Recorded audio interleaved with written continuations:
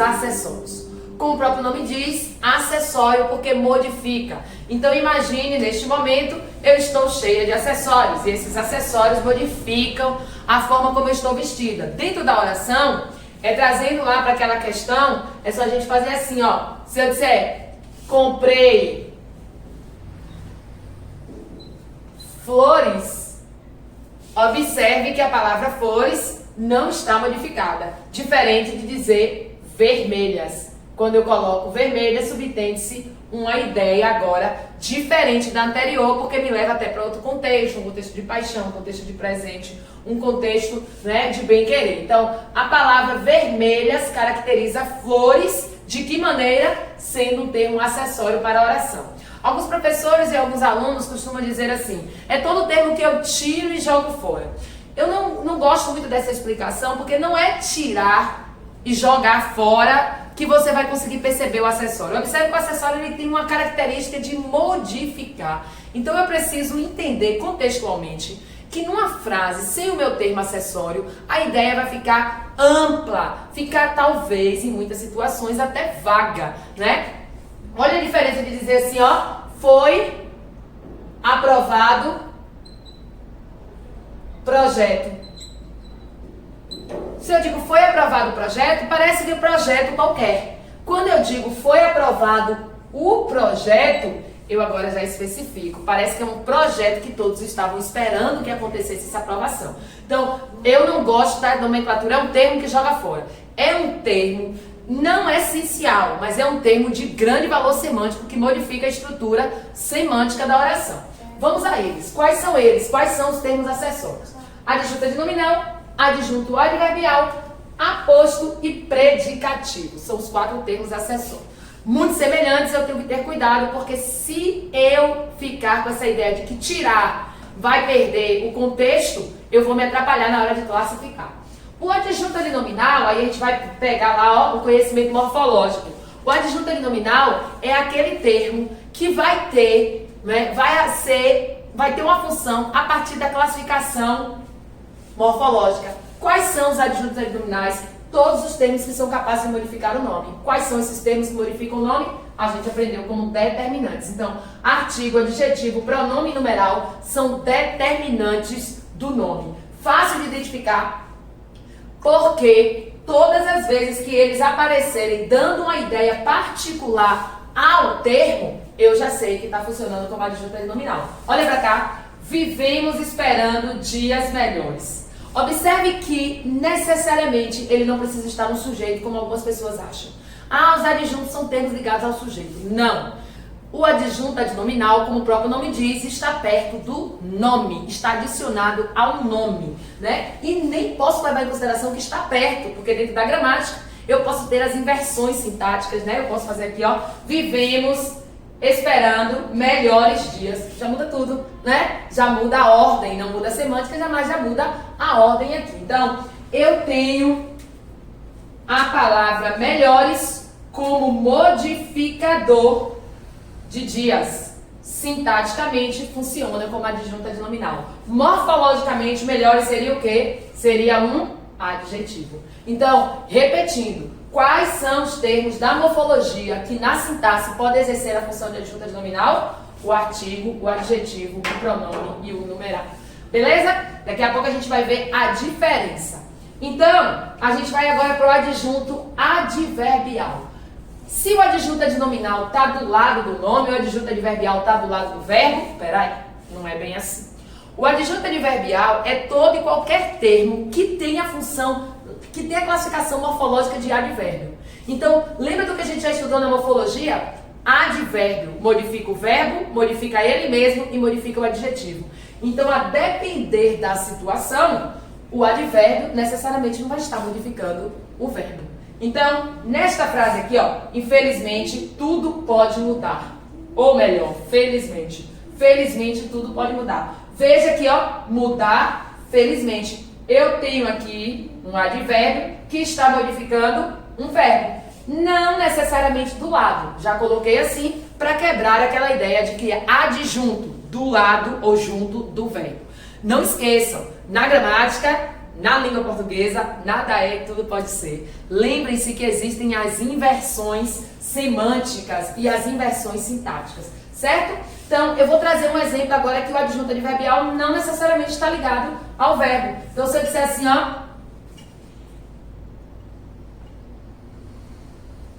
Clarice escreve muito bem. Vamos dizer que a aluna aí, Clarice, escreve muito bem. Eu tenho aqui um advérbio e um advérbio, né? Observe que esses dois advérbios, morfologicamente falando, um está modificando muito, está intensificando bem, e bem está modificando escreve. Ambos, gramaticalmente, na sintaxe, são adjuntos adverbiais. Mas tem uma coisa aqui interessante. Se a empresa do concurso lá perguntar a você se esse adjunto adverbial tem o mesmo modificador que o adjunto adverbial 2, você já vai dizer que não. Esse modifica o verbo. Infelizmente ou felizmente mudar. E muito já está modificando bem. Então agora tem um advérbio modificando outro advérbio. Então esse é um adjunto adverbial que modifica um advérbio. E o daqui é um adjunto adverbial que modifica quem? O verbo. Beleza, gente? Então não esquece. Para ser adjunto adverbial precisa necessariamente ser o quê? Um advérbio. Ou ter a função, a classificação morfológica de um advérbio. Beleza? Vamos lá. Vistos os adjuntos, a gente vai agora para o aposto e o predicativo, que são bem semelhantes. O aposto, como o próprio nome diz, é um termo após posto. Eu tenho o propósito de colocar para chamar a atenção de algo que eu já disse e que eu quero especificar, resumir, explicar, né? Eu coloco o termo especifica porque para mim, na minha concepção, né, de análise linguística dos termos, é o termo que melhor analisa, especificar. Ele especifica de tal forma que pode substituí-lo. Então, ó, se eu disser uma frase aqui, ó, clássica, que todo aluno aprendeu de aposto. Castro Alves, poeta dos escravos, morreu jovem. Todo mundo sabe que o aposto é poeta dos escravos, pois está especificando Castro Alves. Sem contar que aqui ainda tem uma situação que muita gente aprendeu, que é o quê? Vírgulas. Fernanda, eu sempre identifico o aposto que o aposto está entre vírgulas. Não necessariamente. Eu posso ter um aposto que não está com vírgulas, como eu posso ter um termo que está entre vírgulas e não seja aposto. Daqui a pouco a gente vai a isso. Então, observe, o curso Casa das Letras aprova. Se eu procurar as vírgulas, eu não vou encontrar. Se eu não tenho as vírgulas, eu não tenho aposto, eu tenho aposto. Por que eu tenho aposto? Eu tenho Casa das Letras especificando o curso. Observe porque eu gosto dessa nomenclatura para conceituar. O aposto, como o próprio nome diz, ele é tão provocativo com relação ao termo que ele está especificando, que se eu substituir um pelo outro, a ideia se mantém. Olha, se no lugar de Castro Alves eu fizesse poeta dos escravos morreu jovem, eu saberia a quem estou me referindo. Se eu aqui tirasse essa palavra curso e deixasse, aqui todo mundo sabe o que é, né? O adjunto nominal, ó, o artigo modificando o substantivo. Se eu tirar aqui a palavra curso e dissesse assim, ó, o Casa das Letras aprova, claro, em Feira de Santana, todo mundo saberia ao que eu estou me referindo, ao Casa das Letras, ao curso Casa das Letras. Então a palavra Casa das Letras aqui está funcionando como um aposto de curso e não está entre vírgulas, certo? Então, uma das coisas que a gente precisa desmistificar é que o aposto sempre vai estar entre vírgulas e vai estar sempre caracterizando um termo anterior. Nem sempre. Ele pode especificar, ele pode resumir, ele pode exemplificar. Teremos uma aula específica só sobre o aposto, certo? Curta o nosso canal que depois vocês vão assistir isso aí. Agora a gente vai para o predicativo. E para que serve o predicativo? O predicativo, ele é um termo que caracteriza. Bem que você falou, Fernanda, é muito semelhante. O aposto especifica, o predicativo caracteriza, os dois também caracterizam. Mas o que é que vai fazer eu diferenciar? Preste atenção. O predicativo é uma característica que é momentânea. Então pense assim, que você hoje, né, você comprou uma bola azul. Azul é a característica da bola, você já comprou como estava lá. A bola hoje está azul. Olha a diferença. A bola, nesse momento, você pintou, mandou plotar, sei lá o que, de azul. Então a palavra azul caracteriza a palavra bola. Estou pegando esses exemplos primários porque foram com eles que nós aprendemos, né? Se nós trouxermos aqui exemplos mais clássicos, talvez fique mais difícil de identificar. Então vamos para o mais primário para a gente depois colocar nas questões. Então olha aqui. O mundo sente-se amedrontado. Amedrontado. Nós não nascemos, né, com medo, temerosos. Agora, no momento atual que nós estamos vivendo, é que nós estamos com medo. Então, essa expressão amedrontado está funcionando como predicativo. Por que predicativo? Porque está caracterizando, no caso, a palavra, né? Está dizendo o quê? O mundo, como é que ele se sente? Ele se sente como? Ele se sente amedrontado.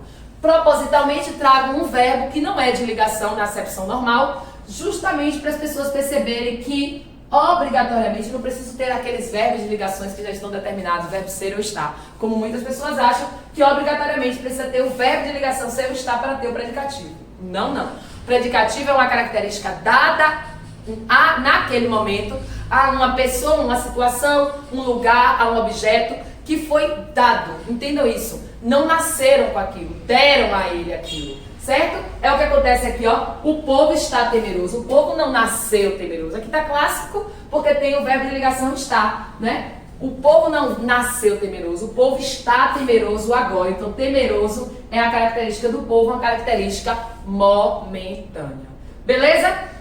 Observe na música de Skank como é interessante. E aqui fica mais nítido a questão semântica do predicativo. Olha. E você, cego, nem nota. Lá naquela música, né? Um dia ela só vai achar alguém para a vida inteira e você nunca quis saber. E você, cego, nem nota. Cheguei lá, a parte da música. E aí quando eu chego lá na parte da música, e você, cego, nem nota. O homem nasceu cego? Não. A situação tornou cego. Então observe que é uma característica momentânea. Aqui é uma metáfora, uma questão literária, que a gente está vendo aí que ele não está enxergando a menina aí. Mas observe que a expressão cego está dando uma característica a você. É como se eu dissesse assim, e você que está cego, nem nota.